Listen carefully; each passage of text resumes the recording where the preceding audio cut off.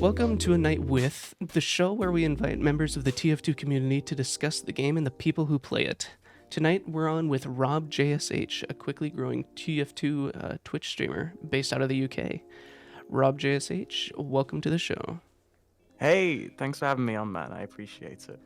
It's no problem. I'm excited to have you on. Fellow Twitch streamer, I mean, Twitch does not do a very good job when it comes to advertising small TF2 streamers, as far as I can tell. Mm-hmm. And so it's pretty nice to be able to get a bunch of small ones together to be able to do a show. And heck, maybe we get some more followers out of it. Maybe people start to notice us more, that kind of thing. Yeah. For people that haven't, go ahead.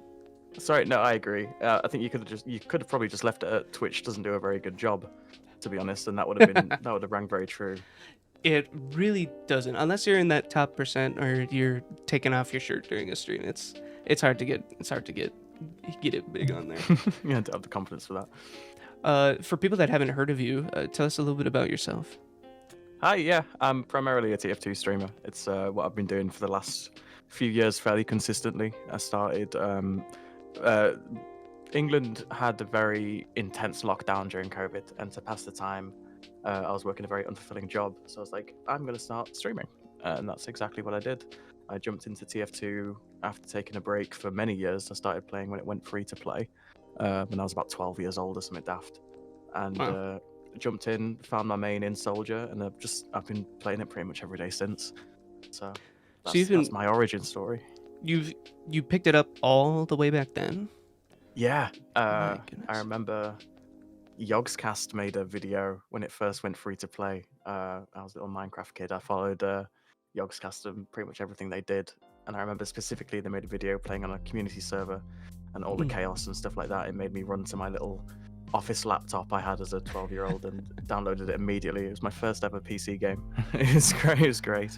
Wow, I'm kind of surprised that you've had it for, a lot of the people that I talked to kind of just bumped into it in the last few years, so, except for Jalon, who I had on a few episodes ago, and he's like an ancient old man, so I expected him to have it. How many hours do you have in TF2?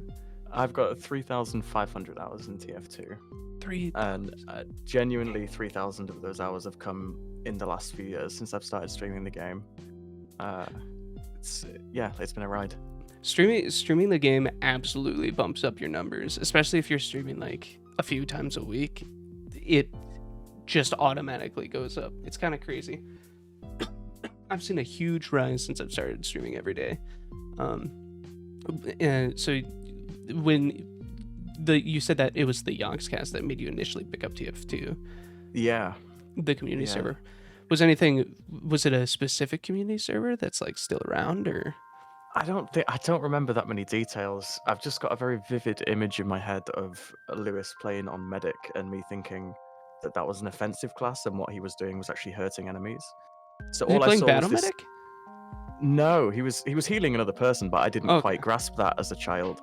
I thought he was genuinely going hard on this tractor beam that locked onto enemies, and I was like, well, I can do that. I can do really hold well down with one. This. Yeah. So you've been playing all the way back since then. How much has TF2 changed since you started playing? Drastically. I mean, sadly we're not in that age where we get the regular updates anymore. But I was lucky enough to be part of that player base that saw so many of these items being added to the game, seeing playstyles change. Every update, you'd see Jungle Inferno, for example, when that came out, if you could find a server that had less than 12 pyros, you were very lucky. And you just don't see that anymore, particularly. Everyone kind of sticks to their main, using meta classes. You get the occasional person messing around, which gives me life. There's still a bit of goofiness left in the game. But that has definitely dropped off since it was particularly active and in the gaming sphere, more so than it is now. When it comes to balance, how much... So, like, when you're diving deep into specific classes and weapons... Have there been any classes that are like throughout the years have just absolutely started to dominate back from when they were not so powerful, or vice versa? They've always been fairly balanced, in my opinion. I'm not of either camp of the sniper is OP. You know, sniper is fine. You deal with it because that's just what the class is. You get used to it. But for me, particularly as a soldier main, I'm very biased against heavies. Against heavies? Against heavies, they absolutely ruin my life. And not particularly because I've gotten any stronger over the years, but people are getting a lot better at the game. The game's been out for about 14 years, and this class that back in the day maybe was when there was, especially when there's free-to-plays flooding in, not knowing what they were doing, this slow lumbering class has turned into just a nightmare for me personally. I was initially gonna be like, what? But come on, soldier takes care of it. But then I main soldier, and so I was like, oh, you know what? I think I get it. You just avoid it as much as you can when you're playing any sort of. Yeah, they lock down areas, and I'm a avid rocket jumper, big fan of rocket jumping and market gardening as well. I've got market garden enthusiast in my Twitter bio. Do you have a strange market gardener? I do. Strange what's for chaos. what's the count? Currently we're on 1,500. I got it a few months ago, so I'm not doing too bad. That's not doing too bad. You know what we gotta do? We gotta get onto a like jump. an MGE. Like yeah, Trollger MGE. And that's one of my favorite things to do ever. That would be a ton of fun. There might be a little bit of lag to compensate for it, but we'll have to plan that. I mean, come on. If you're playing a Trollger duel and you're not lagging, then you're doing something wrong. Then it's not right. Yeah, no, absolutely correct. I've got pocket Americans that I call up when the EU servers are starting to die late on the night. Pocket pocket Americans to jump into a party with, so I can get put on the Virginia servers. So I don't think I'm too bad on the ping. Oh my goodness. So you said that you main soldier.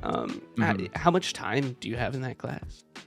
About 800 at the moment, but when I came back to the game in 2017, I reset my hours for my opinion, to have a more realistic interpretation of my skill. That's what I thought at the time. I really regret it now because I've lost a lot of those sort of memories from whatever I used to do back in the. I can't remember what class I used to main back in the day, if I even did main a class. But at the moment, it says on there about 800 and 850, something like that. Nice. And then the next one is Demoman with about 70. So that's like 70. Wow, what a steep drop off. I thought that I had a pretty steep drop off, but then I kind of went back and looked at it, and I was like, oh wait, no. Like soldier, I definitely have the most hours in, but like sniper is kind of right behind him. So it's very interesting. Heavy is my least favorite class to play as, and boredom or bottom. Well, it's just I despise being slow. Movement is the best part of this game, and when I don't have movement, it feels yucky. It feels really I agree gross. with you there. It's why I keep coming back to the game. I try things like Apex Legends, or I try other quote-unquote movement shooters, and it just doesn't feel right. The physics in TF2, because probably Stockholm Syndrome, but they just feel perfect. Have you ever played Overwatch? I played Overwatch 2 for the first few weeks it released. Okay. And it was fine. I had an okay time. That's probably very competitive, and that's not very me. Absolutely. That's probably the game that I go to when it's like, I like movement shooters, and this is the game that pretends to be a movement shooter. There's like a class, it's called Wrecking Ball. I'm sure you saw a bunch of hamsters rolling around. And it's like, oh yeah, that's the cool one. That's the one that can like go so fast and like swing around and do crazy stuff. But that's what the game wants you to do. And so they can like stop your movement if they just decide to. But in TF2, it's like you can trimp like crazy, and it's just your skill that is how high you can go. Yeah. People compare it to Overwatch TF2 just because they're both class-based shooters, I think. They have plenty of differences between them. You're not going to be running, not queuing up, but jumping into like a jump server on Overwatch. It's just not that type of game. Yeah, Where it's you can totally abuse that janky superficial. physics. Yeah, I think so. It's a fair enough game. I enjoy watching people play the game. Oh, Overwatch, really? But yeah, I got on like a big YouTube rabbit hole of watching some pros play and seeing how it all runs. But yeah, just not for me. Not for That me at is all. that is completely valid. I'll take my game where my medic wants to kill the other team instead of the mercy that's like I just want to be friends. And Friendly that's my mercy. that's my favorite comparison between the two. Like you've got medic TF2 who's like one of his voice lines is I healed the man who's gonna kill you, and mercy is just like it's like heroes are good. We know heroes are good. Do Heroes something. never die. Heroes never die. Fucking no. Are you kidding me? That's so funny because as soon as you said that, all I had, like, the image that pops into my brain was a medic running at me with an uber saw, knowing he's gonna get a crit, because that thing has a 99% crit rate, and me panicking and missing all of my rockets, even though he's point blank. I just started to like get into medic, and I was playing in a shoot, what was it? Was it Dust Bowl? I think Dust Bowl is a super choky, spammy one, right? Yeah, I tend to avoid it. The Yeah. smaller maps aren't my thing, but if you're trying to have like you've got like a crits medic behind you or something like that, and you're trying to have a great time, it's a good map for that. Exactly. I was playing medic for the first time in a long time, and usually I run the vaccinator because that thing is broken. Oh, you're one of those. Oh, Well, okay, no. I was, but that day I was just like, I'll put on a crits Krieg, and I was like, Okay, I can respect it. whoa, and then all of a sudden, like, we were doing crazy good, and I was like, wait a minute, is this how it feels to play medic? Roll the lazy purple video. I know, Yeah. and I totally get it. Like, that's absolutely. So I think I'm gonna be picking up more medic from now on. But my main point was the for that whole game, I was not using the uber saw. I was using the amputator because That's weapon interesting. is so much fun. It's Is that like the one with the heal taunt on it? yes, yeah. It's like how well can you position yourself to be able to heal your entire team like crazy. Right? It's obviously it's not as good as the Uber saw, but if you know how to use it, I feel like it's a very good contender for being an okay weapon to use. Yeah, I quite often run into people who've maybe just got the amputator dropped in like a random weapon drop, and they're just spamming that thing anywhere they stand, and you see them stood still, and they very easily die. But when you get a good medic and they know how to like resource manage like that, it's a thing of beauty. I think it's Absolute awesome. thing of beauty. I Oh my god, my computer's just uh-oh. died? Question mark? Oh no, it's back. Okay, hello. That's the a night with effect. Your computer just says I'm way too bored. I'm gonna kick the bucket. So we were talking about a little bit about map. You don't like the small type map. You like the big open maps. Which map is Yeah. your favorite, and which map is your least favorite? Borneo or Swiftwater are my favorites. I love Payload. I adore Payload, in fact. My least favorite is probably a King of the Hill map. Or it's Dust Bowl. I'm trying to think of a King of the Hill map that I can't stand. Harvest? People love Harvest because it's basically DM. It's basically deathmatch, Yeah. isn't it? People Yeah. just all-out impact. So I can respect it. But Dust Bowl, I think the game has evolved to a point now, because Dust Bowl was one of the first maps they made, I'm pretty sure. Yes. Okay, it was with release. I'm pretty sure it was in the mod 2017, pack before it, right? That was like Maybe. in the Quake mod. Maybe it wasn't. I someone wouldn't be fact check me. surprised, genuinely. I wouldn't be surprised if it's in Team Fortress Classic as well. It's just, yeah, it's too choky. Random crits make it so you can't stand anywhere. And I like random crits, but I understand that there's downsides to them as well. It's never fun for me. As someone that That's totally fair. Yeah. That's absolutely fair. What is your opinion on Harvest? I'm gonna come down on you for this one. sure. I think it's just dominated by very long sight lines. So if I'm trying to jump about, especially with those lovely curved roofs that you can sort of surf off, one of the very few Mhm. maps where Jerf actually comes into play, I'm just very much shut down by maybe like sweaty snipers. Not to judge anybody, of course. Well, yeah. It is purely a skill issue, but yeah, That's I that's always the seems to have a bad time. that's got to be the market gardening space though. Like besides Hightower and maybe Two Fort. Okay, I like Two Fort for market gardening, but I mean Harvest is a pretty good one if you're just going around market gardening people, right? Yeah, definitely. I've had some, in my opinion, very, very impressive gardens on the map because it's not too big where, in order to get an impressive garden, you have to like speed shot halfway across the map, a la like Upward or Bad Water. Exactly. Yeah, no, I agree with that. Definitely good for market gardening. Which excuse me, which class is your favorite to play against, and which is your least favorite to play against? My favorite to play against is a competent pyro. When I'm streaming, TF2 can often feel like it's just in the background. I kind of go into autopilot while I'm chatting and having a laugh with my chat and things like that, and trying to make the community feel nice and comfy for new people. Yeah. But when I get into a game against a pyro that knows what they're doing, I feel like I go into that sort of gamer mode. Having to actually time rockets is a lot more fun to me than just mindlessly clicking. Or if on the once in a blue moon I'm running a shotgun and they're cocky with their air blast and I pull out a shotgun and they run away, it just gives me a lot of pleasure. I love it. Absolutely love it. Least favorite class to play against? Yeah, it was heavy. It's heavy. Just too tanky. That Can't deal with it. Especially like if their aim is good, I've got no chance. Their aim is good. They have that pocket medic that just logged onto the game and watched running meet a the medic. vaccinator. Yeah. All running the vaccinator. That's why you got the shotgun, right? That's why I got shotgun. That's why I got the shovel. I do often try to not shovel, market gardener. That's why I do try and garden vax medics. There's no resistance against that, buddy.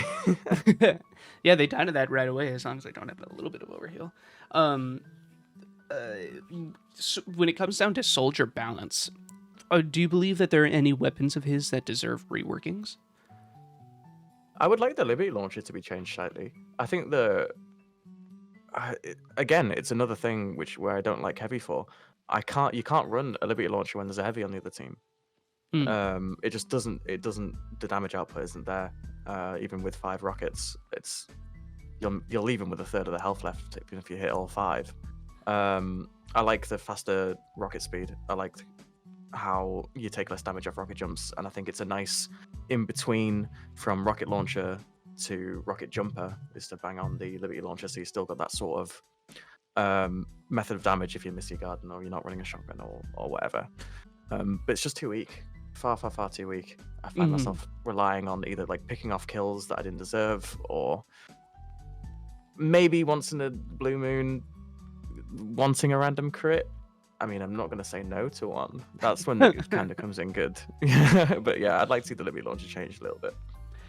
What about when it comes to secondaries? Are you a Righteous Bison stan?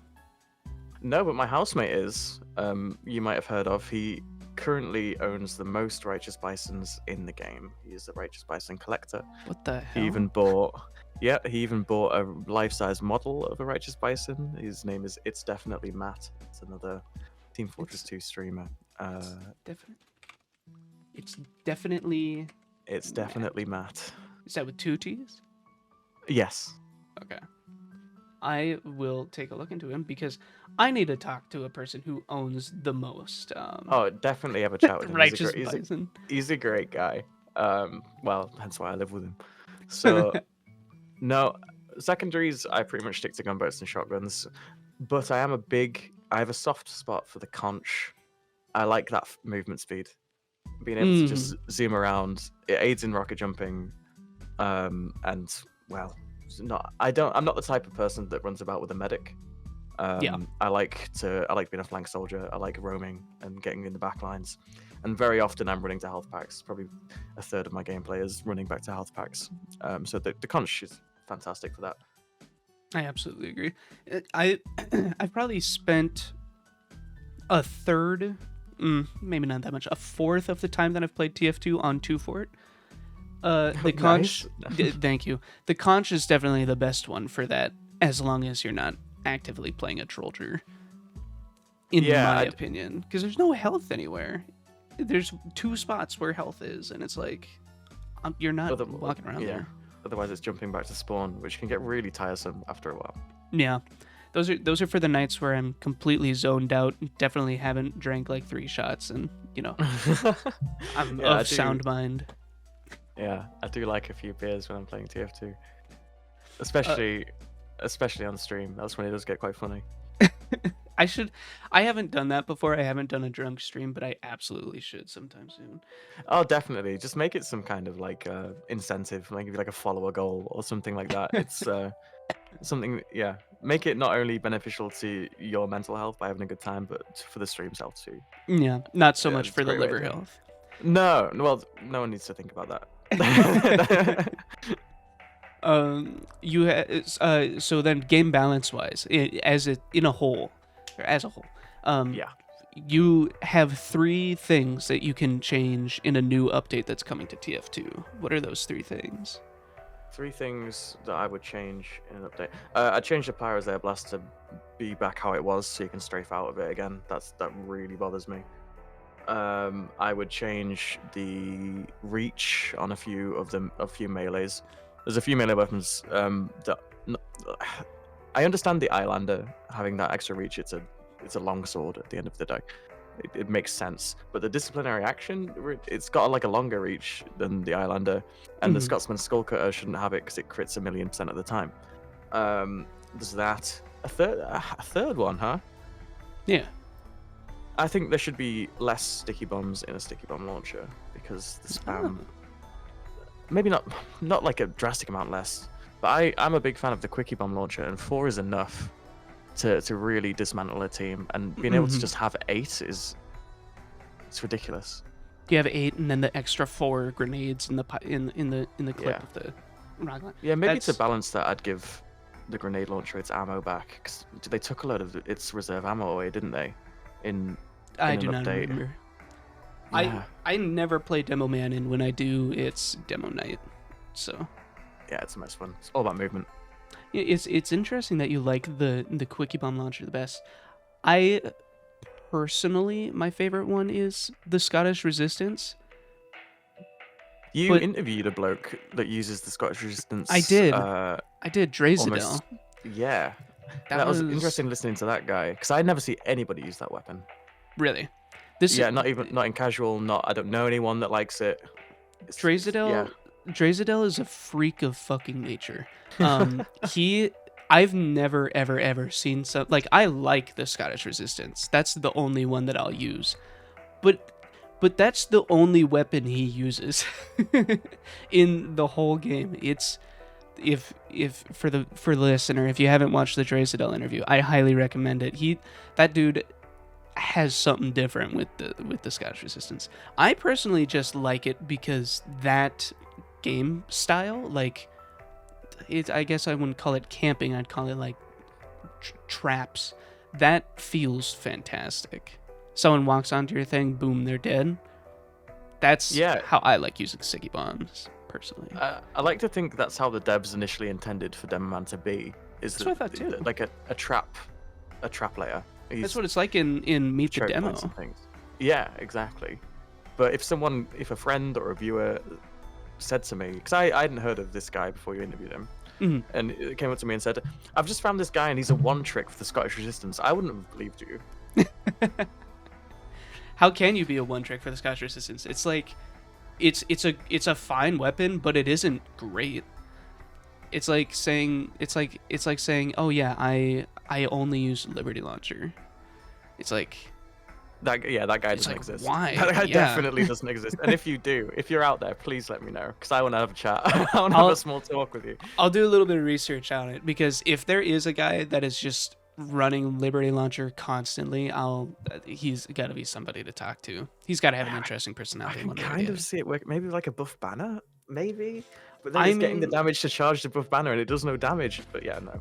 I could kind of see him using the what's the weapon set that came with. It was Oh, Reserve the Shooter reserve shooter, yeah, and then and the did it? Market Gardener. Yeah, that was Gardener. the That that's the could, set.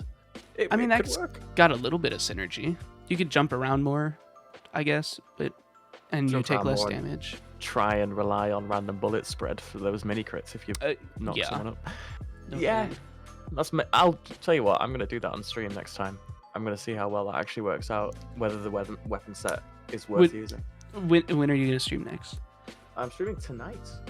A little bit later. I'm going out for a little bit for a few drinks. And Okay. then I'm gonna be back for a late stream. Well, late for me. It'll be like a normal time for you.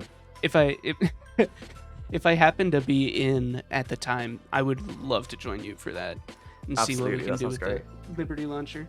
'Cause I've definitely used it a few times because I'm like, what the fuck? I'll try it. But I've never managed to get anything good to come out of it, I don't think. Yeah, I have those moments on stream where I need a change. It's like, okay, I'll handicap myself essentially, and I'll try and use this weapon, and you know, it's fine, but it's just not what I think what a 5 rocket launcher could be. I think. I agree. It's not worth, because the stock rocket launcher is crazy, right? Like that is such a good weapon. There's no reason to use the Liberty Launcher over that. But who knows? Maybe there's a fun gimmick that we can do. So let's change gears over to your Twitch channel, specifically because that's the one that you seem to be the most active on. Yeah. You've got 3,000 followers. I hit that recently. Yeah, very pleased with that. How long have you been streaming in general? Oh, we could go right back to the start when I used to make YouTube content when I was about 12. That's when it all kind of, like I want to say I wasn't passionate back then. It wasn't a passion. It was like a hobby. That's when it all started, when I wanted to start making content online. And then fast forward a few years, I started streaming again at 16 and then fell off. And then this stint under the name RobJSH, I started in 2022 now. Yep. Streamed for 4 years. So 2018 is when I started streaming and picked up Team Fortress 2 again. So I came back to streaming and back to TF2 at the same time. Okay, that makes sense. How has the growth on Twitch been for you? It's all about what you make of it, in my opinion. So when I first started streaming, I didn't know anybody. I was streaming different kinds of games. I wanted, like, PlayerUnknown Battlegrounds was one of them. I remember streaming in Fortnite and things like that. And I very quickly realized that games that were that oversaturated with not only streamers, streamers, bigger streamers anyway, you were competing with 400, 500 different people or whatever. And you were at the very bottom of that list. No one is scrolling. It's like going to page 2 on Google. Nobody's doing it. And then I checked out the TF2 page and I saw it was a very tight community of like a ballpark, maybe 30 people streaming at the times that I like to stream. So I went and I started, and you get your diehard people come in. Oh, computer's doing the thing again. You get your diehard people come in, and and then it's all about sort of creating not only a community of viewers, a community of your own community, but mingling with other streamers who then, so obviously Twitch has the raid feature and the hosting feature. So you make friends, they raid you, you start to share viewers, you get larger together, and then you start rising up the ranks of those viewerships, and you start being closer to the top, which is a lot easier on the TF2 page. And then you start getting a few of your own viewers who then raid other people. Do you know what I mean? It's a big network. Yeah. So the growth part, as long as you are sociable enough, and you've got fairly good quality content, I think is easier than it would be on YouTube, or making YouTube videos, because that is all up to an algorithm, where in Twitch you kind of can mold that to your own specifications. Yeah, I think I agree. It's my growth on Twitch has been kind of odd because it started out really fast. Like, you know how you can like become a follower, or sorry, not a follower, affiliate. An affiliate, yeah. And then after that is partner, and Twitch, if you're listening, becoming an affiliate is like not the hardest thing in the world. Becoming a No, partner is like nearly impossible relative to it. especially Like on a that's game like like top League of Legends. 1% shit. Oh my god, yeah. Like the at any moment in time, typically TF2, unless there's a big YouTuber that's streaming TF2, it has like around 250 viewers or something like that. Hovers around Hmm. 300 maybe. Hmm.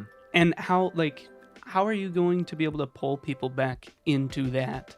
Like how are you going to take people from the people that they're watching, which they probably already really like, Hmm. unless they're like just ending their stream or whatever. It's very odd. But so becoming a partner, not partner, an affiliate. My channel started out and I got affiliate in a week Wow, that's very because impressive. I just went nuts. I was like, it was like COVID, so lockdowns were at their highest, whatever. But I was like, dude, we're getting it in a week. Right now we're gonna get it, and then I got it, and I was like, nice, great. And then the growth just kind of stopped, which I figured would happen because you stop going hard on it, and then it slows down. Yeah, of course. People don't have as much free time. Yeah. But through that, you can kind of learn when to go hard with the streaming. Consistency is very, very important. Yes. I grew as fast as I did because I was streaming every day in lockdown. I was Yep. always there. Whenever someone wanted to watch a stream, my stream was available. But then, you go back to work and it slows down and people drop off. It is what it is. But Mm. from that, you can kind of use that information like, oh, when are the school holidays? Because a lot of your viewers are a little bit younger, so they're school, university, etc. So that's when Mhm. you go hard again. And, it's definitely a learning experience I, to know your audience, really. I agree. I've been keeping up with the whole like streaming every day schedule for like a month and a half now, maybe 2 months. That's very impressive. It's It takes it out of you, not in a bad way. Yeah, It's creatively fulfilling, but it's incredibly draining at the same time. it is very draining. There are some nights where I'm like, dude, tonight's just not gonna be a good stream. But then you get on and it's like, And you have a great just time. Yeah, yeah, you have a great time. And then sometimes you're like pumped up all day, and then you get on stream and you're like, oh my gosh, there it goes. There's energy. Uh, Yeah, um, I'm glad that's a universal experience. I'm pretty sure it's a universal experience anyway. I hope so. If there's someone that can stream every single day and feels great every single day, then I I feel want to like know they've their got other secret stuff then. going on. Yeah. I want to know their secret. What are you smoking beforehand, or like that's? There's got to be something. If Twitch asks, nothing. Oh But, yeah, no. Yeah. Twitch, I promise I am not I'm Not not under the doing influence. heroin before a stream. Just a gamer. Just a massive gamer. Uh, and then it's the audience too, right? The audience really pours into your energy. I remember, so the first big raid that I ever had done to me, it was during Face It. You remember that? You remember the Yeah. Yeah. I was one of the ambassadors for that, and I was too. Crash and Bird, lovely. I love it. I love that. Face It, if you're watching, make a good fucking platform. Then maybe people will like playing on it. It had so much potential, but they messed it up. I won't go into it too much because I like a lot of the people that worked behind the scenes on Face It. Like Sean I was a agree. good guy. But they really fumbled the bag, I think. The issue is their advertising promises were, this is casual without bots.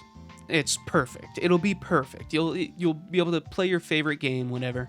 But who is going to flock to a competitive company, or a company that makes competitive servers? It's going to be competitive people. Those were probably some of the sweatiest games that I've ever played. Oh yeah, I think the intentions were there, but then when you add a currency system where you can buy real items that are worth money, that competitive nature comes through in people because they saw it as an opportunity to either make money or have cool items.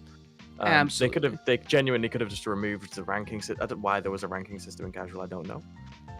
Remove that. Remove this like point shop thing, and their customer service wasn't very good. I had a Face It account from ages ago when I used to play CS:GO, and in order to change your name, you have to pay money. It's like old Xbox Live type things. Yeah, so I was still under this old alias while trying to build the Face It community under as RobJSH, and it was very embarrassing. because people would then find that name and then find some things that were still on the internet from when I was 15, 16, and it was like, oh, here we go. Embarrassing memories. Funny, like a good opportunity for content, but Yes. it was a headache for no reason. Without a doubt, the only good thing that I really saw coming from it, that was like obviously getting more people to play the game. That's fine. I honestly don't think that it was getting people to come back. Maybe because that was kind of a peak of the bot crisis. Yeah, it was the right time to launch a new platform. Absolutely, everyone was looking for a way to play, and they had one. Yeah. And so I'm sitting there playing. Okay. So again, this is COVID time, so I was playing on stream for like 8 hours a day. It was very unhealthy. Putting in a full work shift. I know. Sometimes 9 Sometimes to 5. I think that my longest stream ever was like 15 hours, and I'm glad that I'm not doing that anymore, because goodness, I would burn out. Like, well, I wouldn't be able to eat because I have a real job too. That's the one. So I was playing the game, streaming, and I was like kind of tired, but I was still a little into it. And then all of a sudden, talking about audience pumping you up, I get rated, and I was like, oh, that's a fun sound. And I look over to see who it is, and it just so happens to be a Ray 7, like rating with 250 people or something. I was like, whoa, hi everybody, how's it going? And like the adrenaline rush that hit was like nobody's business. It's incredibly addictive. Yes, and that's when I was like, okay, I want to stream. This feels awesome. This is what I want to do. I want to be able to do that for other people. I want to reach that size and make other people feel incredible. I want to make these friends that are also doing really well on Twitch, and that is my personal motivation, is to be able to get to a point where I can also help other people out. Because I've had so much support of people through my little stint of streaming, especially when it's a big YouTuber, someone that you've looked up to in the past, that have just randomly come across your stream, gone, yeah, I like this guy, I'll raid him. Yep. It's a feeling that you can't quite describe, other than just the adrenaline. It's like a mix of being starstruck and like thankfulness, which is a very odd mix. It's like, oh my gosh, that's a huge name. I love that.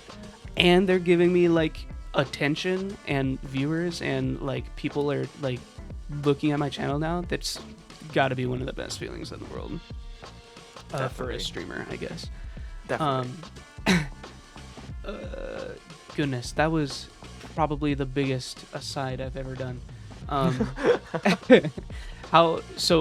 Your Twitch stream growth, your Twitch channel growth, how has that led to increased stress during your streams?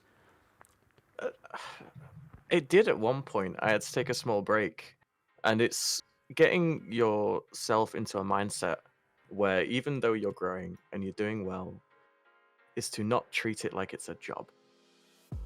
Because with the affiliate thing or the partner thing, whatever you are, however you're making money on Twitch, when money gets involved, you feel a certain stress as to go even harder, make even more money, do this and that and whatever. So I had to take a step back.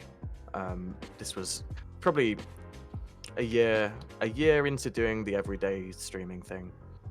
I took a step back. I was like, okay, I need to actually go and live a regular life as well, because my social life completely dropped off the face of the planet between a full-time job and streaming every day. Was this during COVID too, or is this post? That would have been just after COVID, yeah, okay. Definitely. So there was definitely that stress for a little while, but it's a stress that you can't talk. You can talk to other streamers about it, but people that don't do the content creation thing think, well, you're just playing video games, how can it be stressful? But it can be more than that. The community management, being there and being this presence in your community and trying not to fall off the face of the earth, puts a lot of pressure on someone. You are basically the head of your own organization as a streamer, and you need to be seen and you need to be heard and working hard, just as much as you would a normal job, really. But yeah, it's just about taking that step back, realizing that it is a fun little hobby that you're doing. It's not too serious. You're putting smiles on faces, and to just let it be pleasurable rather than stressful.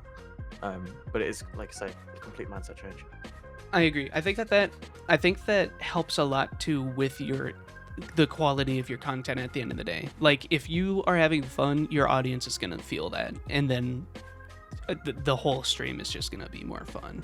The second that it's like, yeah. I'm working with numbers, I'm saying the things that will get worst thing people you can do. following, it's like, nobody even wants to watch that. People can see right through it. They're like, well, Yeah, that's the worst assuming thing you they're can do. like over 10 years old, I guess. I personally don't like when people put subscriber counts on the screen, unless that is their full-time job. If you know streaming is their full-time job and they've got the sub count on the screen, that's how they make their money. Understandable. It's motivation for the viewers and stuff like that, and especially if there's like a goal to reach at the end of it. But when there's just a small stream who, you know, they're maybe just getting into it, having your sub count on the screen really turns me off, because it tells me they're all just about the money, and Really? they're not about the building of that community first. It's like they've skipped a step a little bit in their content creation process. That's They're not- interesting. yeah. So my stream has a sub goal on it. Actually, it not only does it have a sub goal, it's got a follower count, sub count, Mm-hmm. cheer count, tip count, that kind of thing. Yeah. And I've never looked at it as a as a way of showing like monetization, but you're right, that's definitely coming across in it. Yeah. I guess It's not that the about- reason Yeah. Most people Good. probably don't mind. It's just my very cynical viewpoint of it, I guess, ah, because I'm not that kind of person.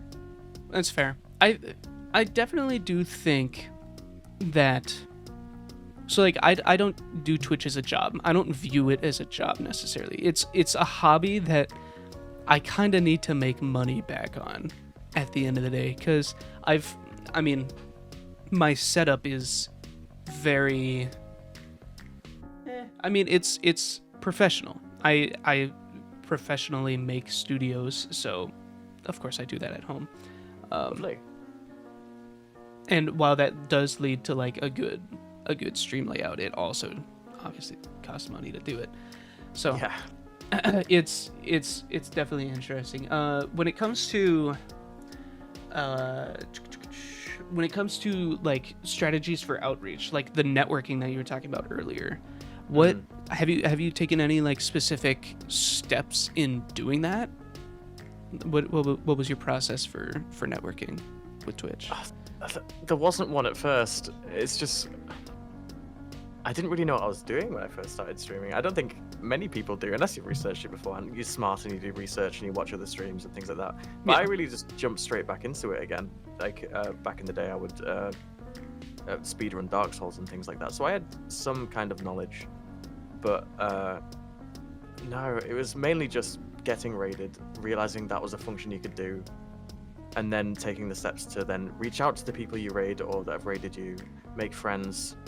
And then a big thing when I was just starting was like collaborating with other smaller creators. And then comes the other social medias that come along with streaming, like Discord and Twitter and things like that. So you taking all the steps necessary to have basically a constant way to talk to your audience, so they don't forget about your stream and things like that. But no, there was genuinely no plan or anything when I first started. It's something I was very much thrown into through other people's kindness and their raids and their like just popping into the stream and things like that. Do you utilize the raid feature very much when you stream? Every time I stream, I raid someone at the end. Okay.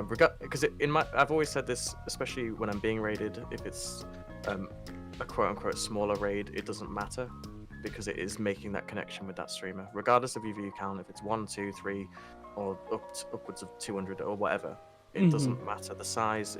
It's the message of, hi, I'm reaching out to you. Have my little community. I hope you treat them well, and then it starts the ball rolling from there. I think that's a good point. It's a really good way to make connections, like especially if you wanted to say invite somebody onto a podcast about this game you both like. Absolutely, yeah. I typically don't raid, but I think that you're convincing me to start doing it. The version of OBS that I use definitely doesn't make it easy, but I'll put more effort into it, because I think that I'd like to be able to do that. I'd like to be a little bit more communicative within Twitch itself. It's just that social element of streaming that, again, things that non-streaming platforms don't have, like YouTube. You can't put a little well, I suppose you can put like annotations on the video to link it to somewhere else, but they're not going to click that in the middle of your video. Right. Or at least you You know don't what I want mean? them to. Oh yeah, exactly. You want your click-through rate to be pretty good. Whereas at the end of a stream, when you know you're finishing anyway, and being able to take your viewership onto another stream that's like in the middle of streaming, there's still plenty of time left, is a feature that I think is underutilized by a lot of people, especially when they're just starting. I agree. But I get that it can be nerve-wracking if you've only got 1-2 viewers. Like, oh, I don't want to bother someone, because that's very much like that would have probably been me. Yeah. Oh, I don't want to bother anybody. Don't be asked about that. Trust me. It's just about making that connection. That's a good point. What is okay, hold on. Do you have any we're nearing the end. Do you have any big plans for your Twitch channel in the future? Definitely. Yeah. I've got a few ideas in the mix that I've been trying to work around my current work schedule, because I work evenings, which makes streaming a bit more difficult. My normal streaming sort of schedule was 7:30 till late in the evening. And then I had a very similar idea to your podcast, to be fair, or your interviewing process. Oh, It yeah? was interviewing someone, gathering questions not only that I made but from the community, and then MGEing the person that I'm interviewing. And if they get a kill, they answer a community question, or if I get a kill, I answer one of my questions. That's something I would like to do to reach out.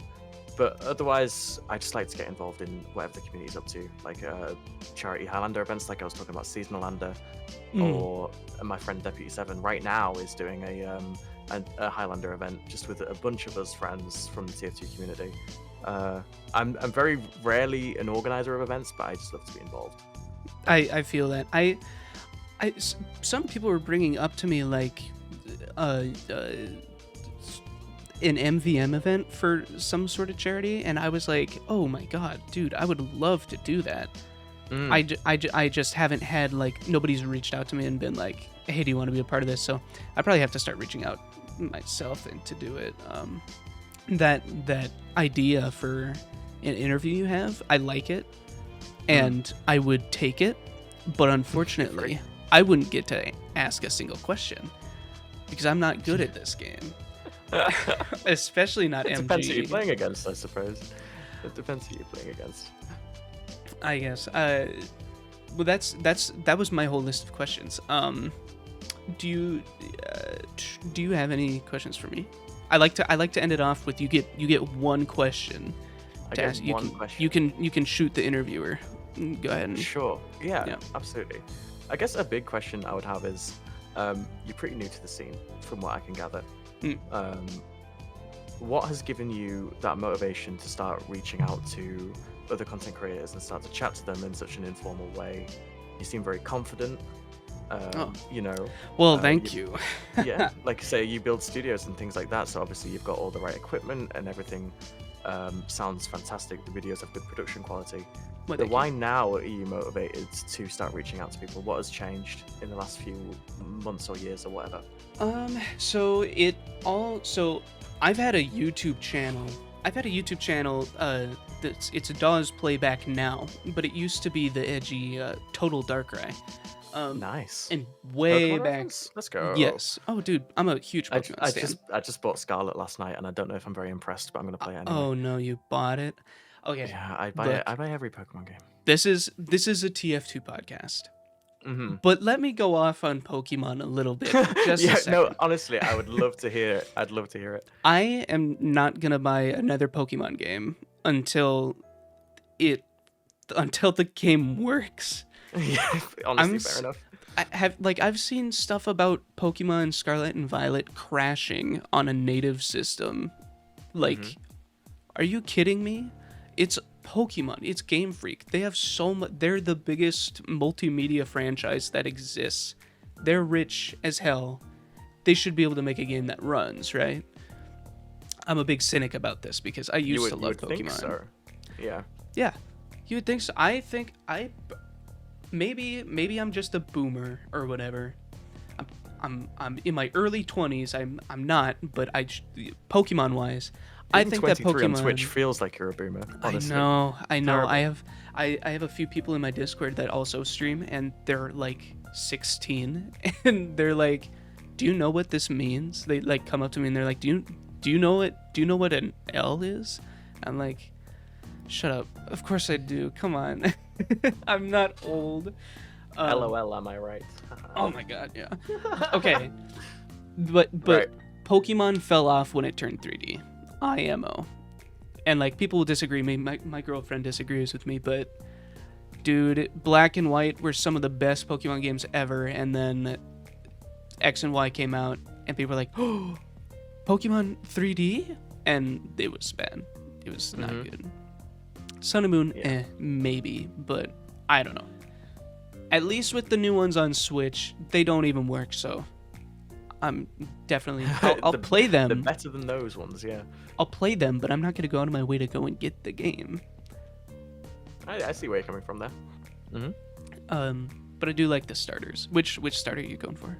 I went for the duck. Quaxley. Oh my! You're killing me. You're killing me. What do you mean? Have you seen the third evolution? Nope. I avoided every single spoiler. Okay. I'm going into it completely blind. But his hair is fantastic, and it just has my personality, in my opinion. Yeah, so I was like, this duck is fantastic. Okay, well, fuck your duck. That's it. It's okay. I think that all three of them are kind of not great. The best one is the cat. I like Weed Cat. That's very funny. Weed cat. And Sprigatito. I think that the fire lizard is fine. But that duck, that duck's third evolution, yuck. Everyone I've told I've picked the duck has had the same reaction, and I'm kind of glad, to be honest. I can be the guy with the duck. Don't worry, no one else has to be. What okay, so when it comes to spoilers, I don't know anything about the game either, but I do know one thing about the duck. Do you care about hidden abilities? Spoiler? I'm not deeply into competitive, so you can tell me about hidden ability, yeah. He's got protein. The duck evolves into having protein, which is like the third water starter to have it in the last 4 gens or something like that. Okay. And what does it do? Protein is the one Gosh, I wish I was more of a Pokemon fanatic. I'm pretty sure that when you use a move, your type will change to that move. Right, okay. So that it does stab damage. Stab damage as far as I know. Yeah. Which is like whatever. But why the third evolution looks like it should have a different thing. Like it looks fine enough. It's just like I don't know. My main issues with the game are just it's performance. Yeah, performance. It being a game, you know. yeah, like a playable game that you buy. Yeah. Okay. Back before, you asked me about what's motivating me to do this now. Yeah.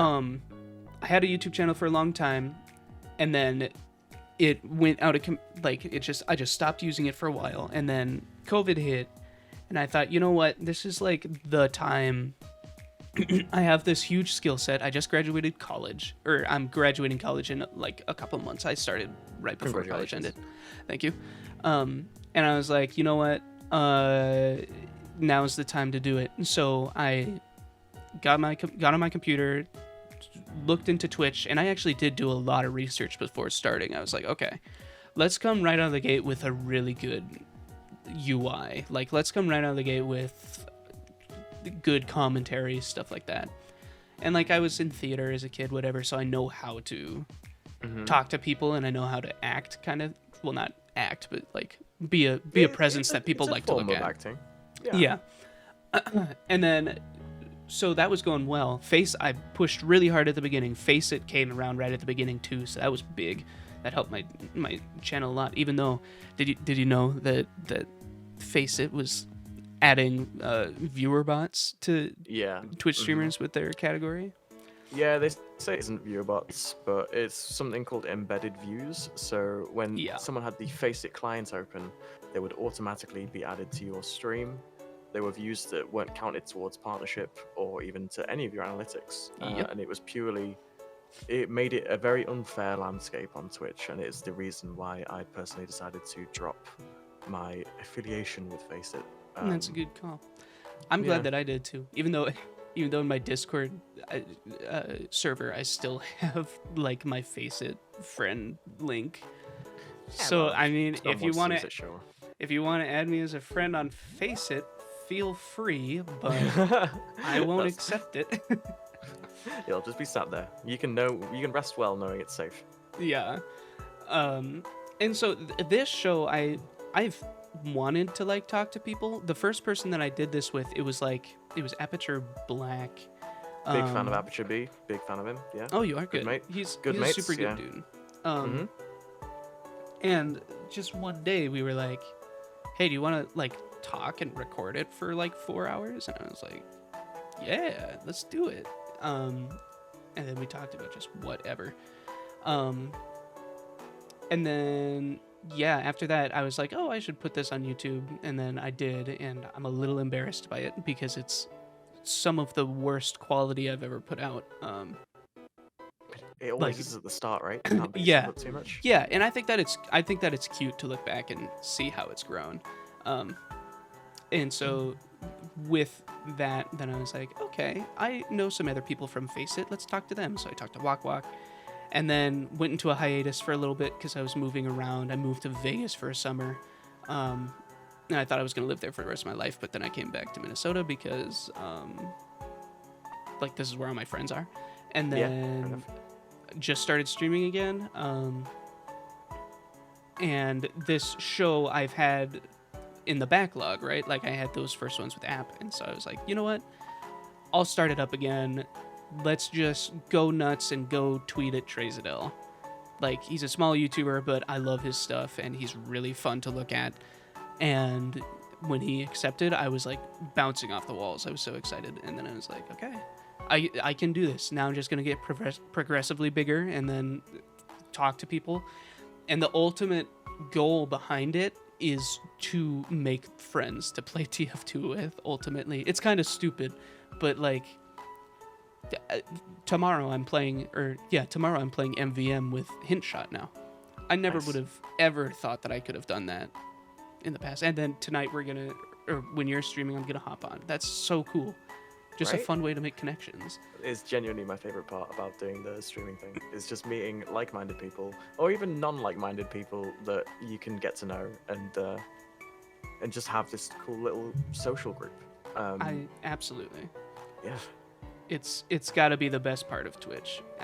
I personally think it's the best part that came out of the pandemic too, because Yeah. that's Yeah. where it came from. Well, yeah, that's my whole story, and that's all the questions that I got. I don't know. Is there anything else we can chuck at the wall and see if it sticks? You want to go off on Pokemon too? We can do, but I need to use the bathroom. I'm really sorry. Can I like go Tell you for what, 2 minutes? tell you and what. come back? Tell you what, let's end the thing, and let's tell people to go and catch us on your stream later. Give us Are you uploading this today? no, but it's okay. Fair We'll enough. That'll we'll do. just have to stream again when it goes up. That's motivation if I ever heard any. That's right. Let's plug your socials quick. Sure. You can find me on Twitch at RobJSH. I'm live fairly consistently, a few times a week. I've got a Discord that you can join if I'm not live. That's just underneath the stream, and I announce when I'm going live every single time. I've got a Twitter at JSH_Rob, where you can kind of follow my day-to-day routines, my outfits, and my general thoughts on all things video game or non-video game related. And that's pretty much me. There you go. Yeah. That's Thank you very much for having me. Yeah, it's been a pleasure having you on. That has been this episode of A Night With. Thank you very much for listening. If you want to see one of your favorite creators on here, tweet at them, tweet at me, get in contact with them, talk to one of us, comment down below, and we will do our best to make it happen. Thank you very much for listening to the show, and I will see you on the next episode.